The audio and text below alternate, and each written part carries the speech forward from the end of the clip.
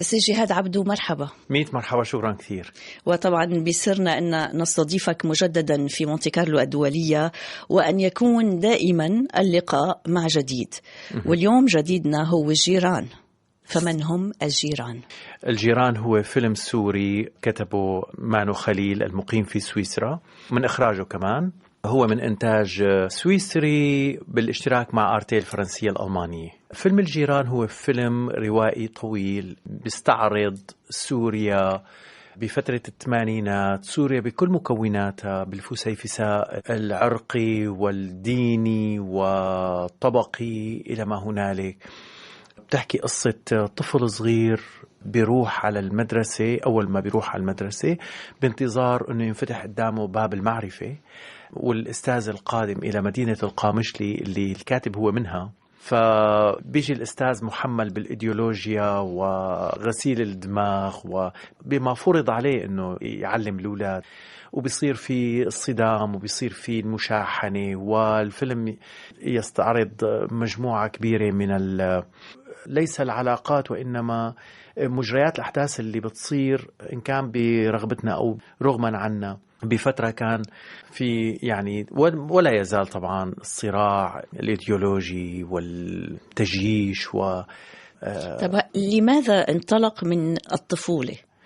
أظن لما يعششه في رأسه الأطفال، يعني لأنه أنت عندما تريد أن تكون جيلا ما تبدأ من الصغار. مشان هيك أنا برأيي هو الكاتب بلش من الطفل، لأنه هاي الغسيل الدماغ أو الإيديولوجيا أو الزرع، هاي الإيديولوجيا على فكرة مو بس بسوريا، وأنت بتعرفي تماما كلياتنا نحن بنعرف والسادة المستمعين إنه بكل أنحاء العالم في شيء من التجيش، في شيء من غسيل الدماغ، في شيء من التهيئة للأجيال القادمة لحتى تكون خدم لهدول الساسة، لهدول القادة إلى ما هنالك، بغض النظر عن وجهة نظرهم أو رؤياهم هن للمستقبل. ولكن هو في هذا الفيلم مانو خليل لم يتوقف فقط عند الساسة والقادة، إنما تناول المجتمع السوري بشكل عام بهيديك الحقبة تمام المجتمع السوري وكيف هدول يعني الناس تطرق إلى أيضا شخصيات أخرى. أكيد هو حكى عن الناس البسطاء، حكى عن الناس الطبقة المتوسطة الفقيرة. بصراحة يعني التيمة الأساسية للفيلم أو الهدف الرئيسي من هذا الفيلم قديش نحن رغم ما كنا مجبرين أنه نكون مفرقين، نحن بنحب بعض وبنفهم بعض وبنقبل بعض، مستعدين نساعد بعض بكل ما أوتينا من قوة، رغم أنه الناس أو الإيديولوجيا أو الأديان أو إلى ما هنالك بتحاول تفرقنا وتبعدنا وتورجينا أنه بس نحن الصح وغيرنا على خطأ. إذن كمان تناول الصراع الطبقي، ربما الدين عندما يدخل بهذا الإطار أيضا يلعب دور أحيانا. يعني أنا برأيي هذا الإنسان السوري من أصول كردية اللي راح عاش بسويسرا حتى يقدر يحصل على تمويل فيلم، لازم يكون فيلمه كتير عميق ولازم يكون فيلمه كتير مؤثر، لأنه حتى المخرجين السويسريين بيهربوا على ألمانيا ليشتغلوا. خبرنا شوي عن مانو خليل، ربما يمكن أنه له سنوات طويلة بسويسرا وتمكن من أن يحقق شيء على صعيد السينما. نعم لما قريت السيناريو أنا بصراحة اكتشفت فيه صنعة وحرفة عالية جدا بصناعة السيناريو. هذا الرجل راح بالثمانينات لحتى يدرس الإخراج السينمائي بتشيكوسلوفاكيا ورجع على سوريا ولم يوفق، لأنه حس أنه هو محاصر، مثل ما كتير فنانين ومبدعين في أنحاء العالم بيهربوا من بلادهم، بيهربوا من الضغط، بيهربوا من التحييد والتهميش إلى ما هنالك. وانتهى في المطاف في سويسرا، لكن سويسرا قبلته وقدم أعمال يعني أخذت جوائز وأنا بهني عليها.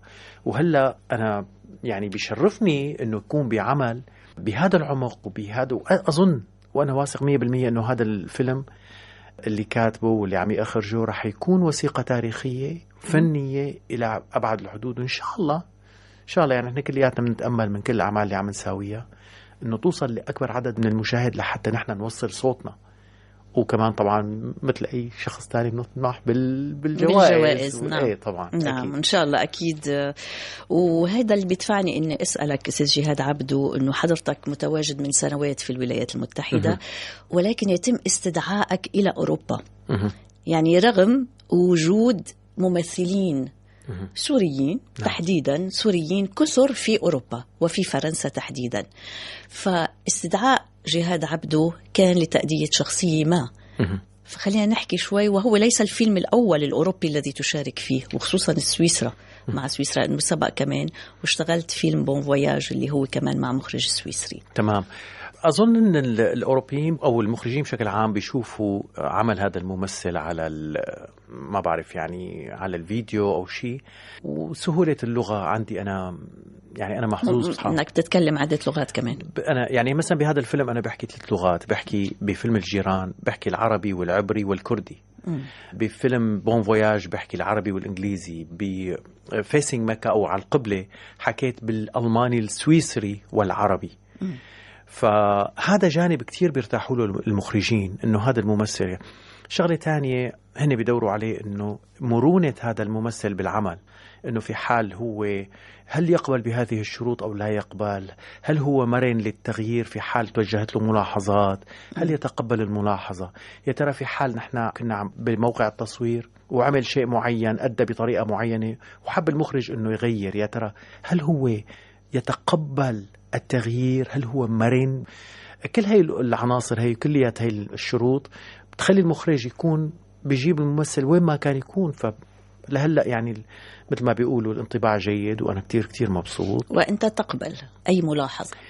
نعم، لأنه أنا بفيلم الجيران في معنا ولد عمره 7 سنين، لا أخفيك إني أنا تعلمت منه كتير. أنا تعلمت منه على صعيد التمثيل. من طفل عمره 7 سنين أنا ما زلت أتعلم وسأبقى طول عمري أتعلم.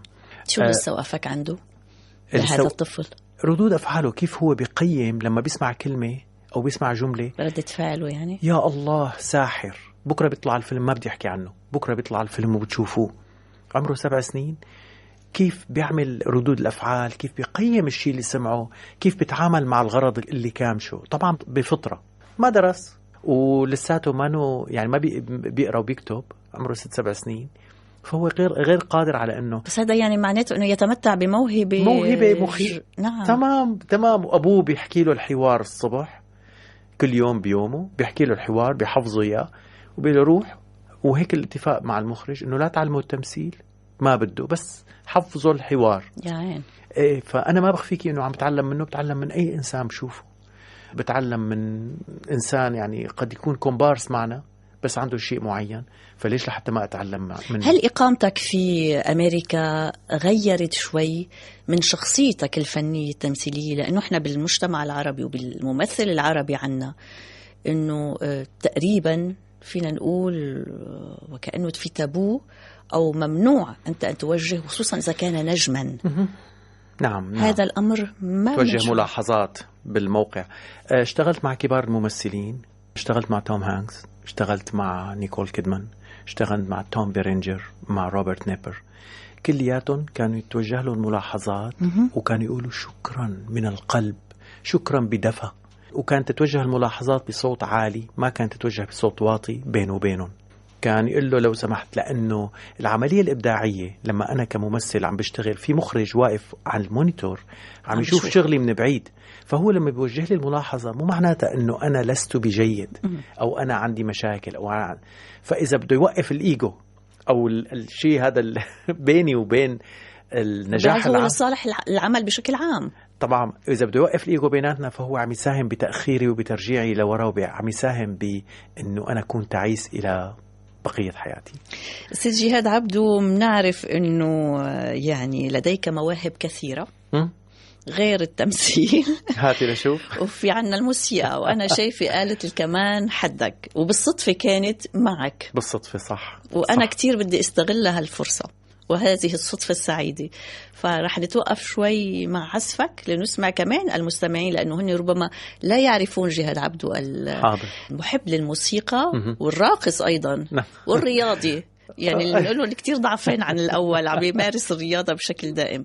فشو بتحب هيك تسمعنا مقطع صغير؟ أنا لما رحت درست المعهد الموسيقي في دمشق درست العزف على آلة الكمان بالموسيقى الكلاسيكية، فرح أختار لأني ما عم بتمرن كتير، رح أختار مقطوعة الحركة الثانية من الكونشيرتو لا مينور لا فيفالدي. يلا بنسمع ومنتابع الحوار.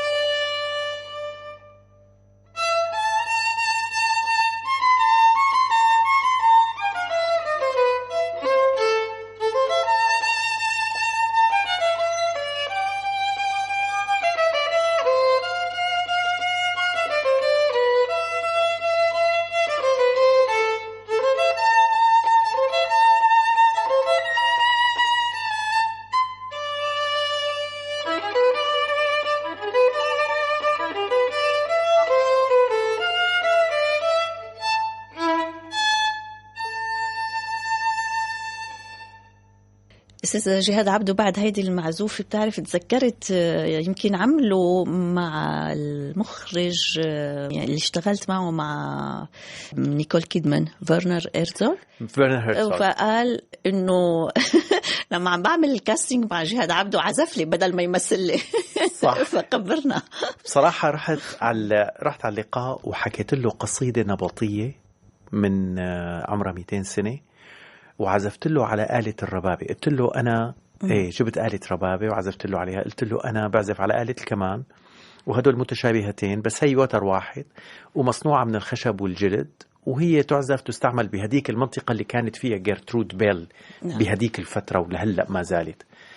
فقال لي سمعني القصيدة أول. سمعته القصيدة: سن بذالي لون سكر يا ذيج، ثم التقى من عقب له قبالي، أبو مبيسم به زواويج وبمفرق القذ له سوات الهلالي. أوف. يعني حتى يعني بالعربي أنا ما عم بفهم. المهم يعني هي قصيدة جبتها أنا وتدربت عليها. طبعا ساعدني فيها صديقي الغالي الأستاذ مازن الناطور، بوجه له تحية كبيرة، لأنه صعبة بصراحة. طبعا كان عم يسمعها بشغف المخرج، لأنه هو بيحب الحضارات القديمة والثقافات وإلى ما هنالك. بعدين قلت له رح أعزف لك. قال لي يعني أنا ما بتصور إنه فتوح خادمها أو دليلها لجيرترود بيل يعزف على آلة بعدين صفن. التفت علي قال لي تعرف شو؟ سمعني. وعزفت له على آلة الربابة. قال لي ممتاز خلص بخبرك بعدين. وبعد أسبوعين قال لي إنه أنت معنا بالعمل.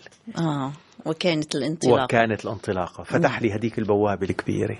أستاذ جهاد عبدو، يعني عقب ما ذكرته هلأ حاليا، الإنسان بحاجة إلى حظ أحيانا ولو بسيط ليفتح هذا المجال. لأني أنت لما رحت إلى الولايات المتحدة وكما نعرف والكل صار بيعرف أنك مارست أعمال أخرى تماما ما لها علاقة بالتمثيل، وأنت وضعت يعني قلت أنا خلص كان عندي مرحلة من حياتي خلص كنت فيها ممثل ومعروف في هذا العالم العربي، أنا اليوم بوضع لاجئ في أمريكا، علي أن أعيل عائلتي، أن لا أموت جوعا. صح. ووضعت حد يعني الكس على هالحياة، وبالتالي أصبحت اليوم أيضا من الوجوه المعروفة في هوليوود. بصراحة ما قدرت أنتظر الفرصة. قلت لحالي إذا بدي أنتظر الفرصة وأقعد بالبيت بصدي ما بيصير، لازم أطلع واشتغل وأتعلم، فوت بمعترك الحياة، لأنه أنا بجوز ما تصح لي فرصة تمثيل مرة تانية. بنفس الوقت خلال مشاركتي بالنشاط لحتى نجمع تبرعات للأطفال بالمخيمات، التقيت بناس عرب عم يدرسوا السينما بجامعات أمريكا. طلبوا مني أن يكون بمشاريع تخرجهم بدون مصاري، طبعا هذا مو شغل، يعتبر أفلام طلابية. فوافقت، يعني غمرتني الفرحة وقلت لهم أكيد بيشرفني هالشي، واثنيناتنا كنا مبسوطين بالتجربة.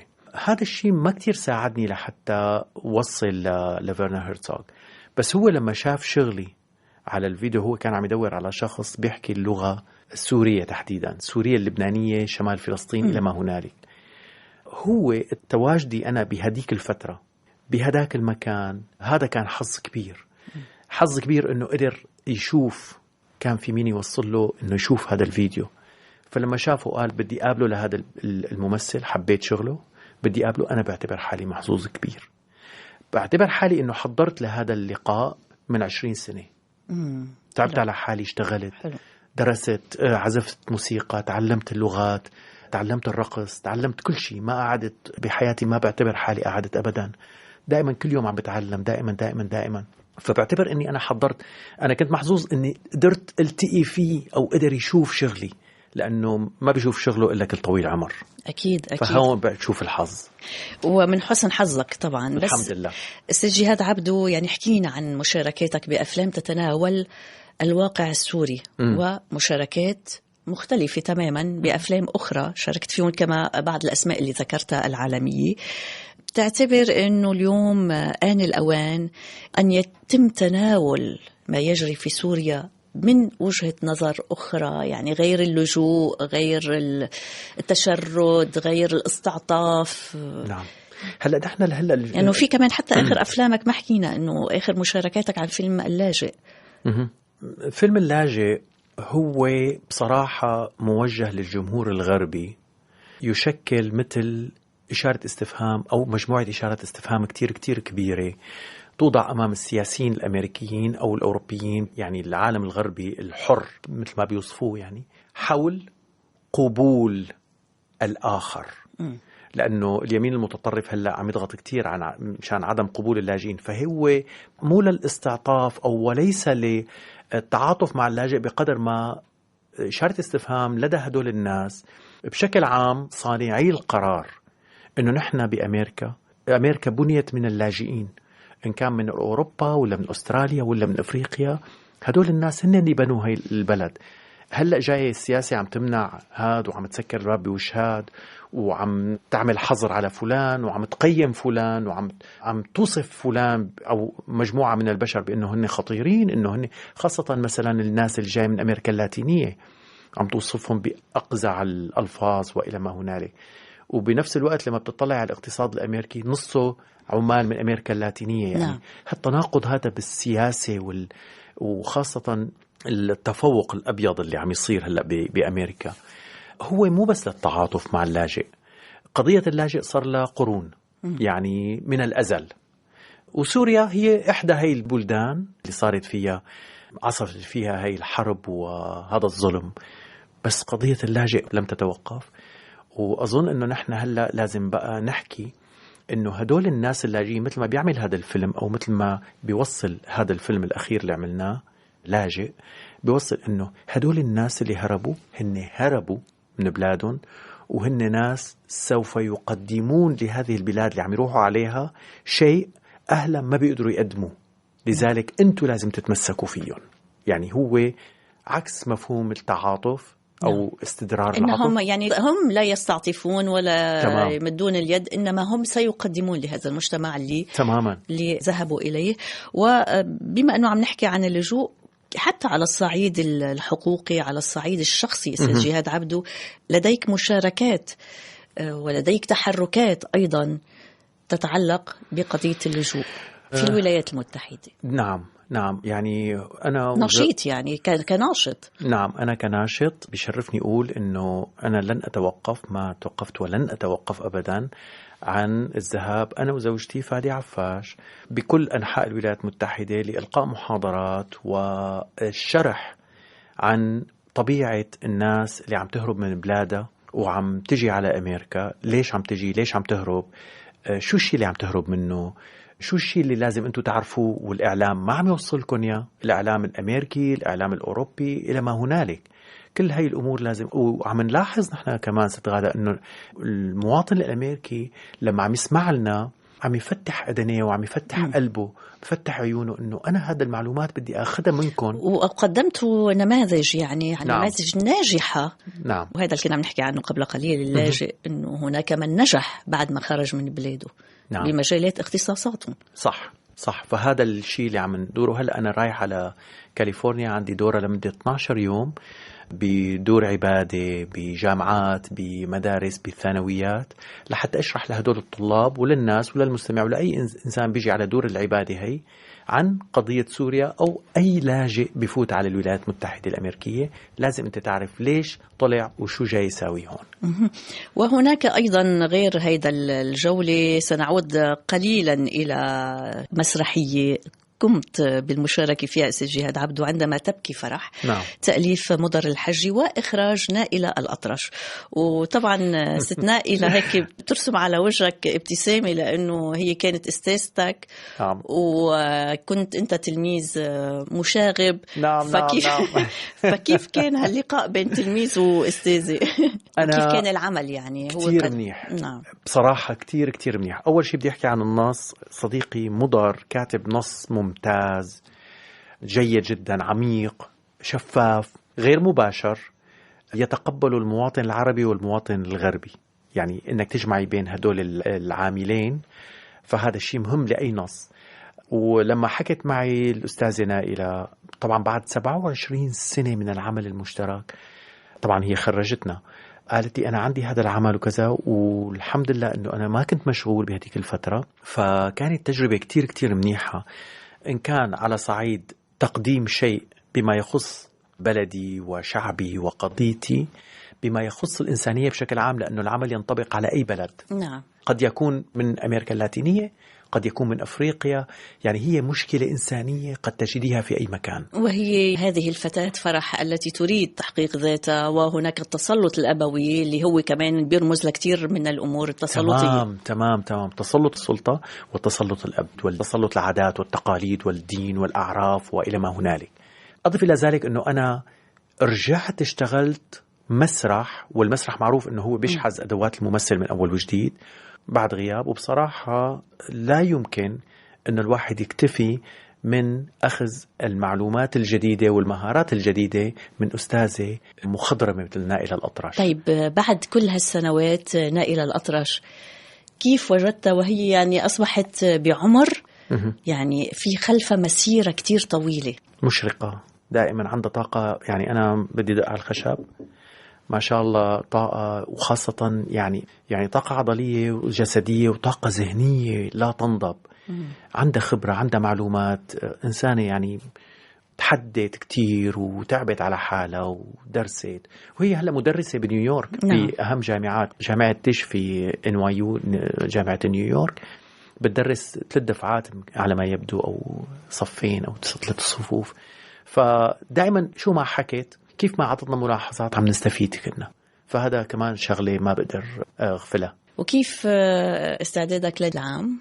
استعداداتي جيدة، أنا مبسوط كتير أنه هاي السنة كان عندي شغل منيح. وقبل ما تكفي أستاذ جهاد، أنا ما حكيت أنه كمان تم اختيارك عضو بلجنة التحكيم بنقابة العاملين طبعا بصناعة السينما والتلفزيون ولجنة ترشيح الجوائز، وتشاهد كتير أفلام. صح.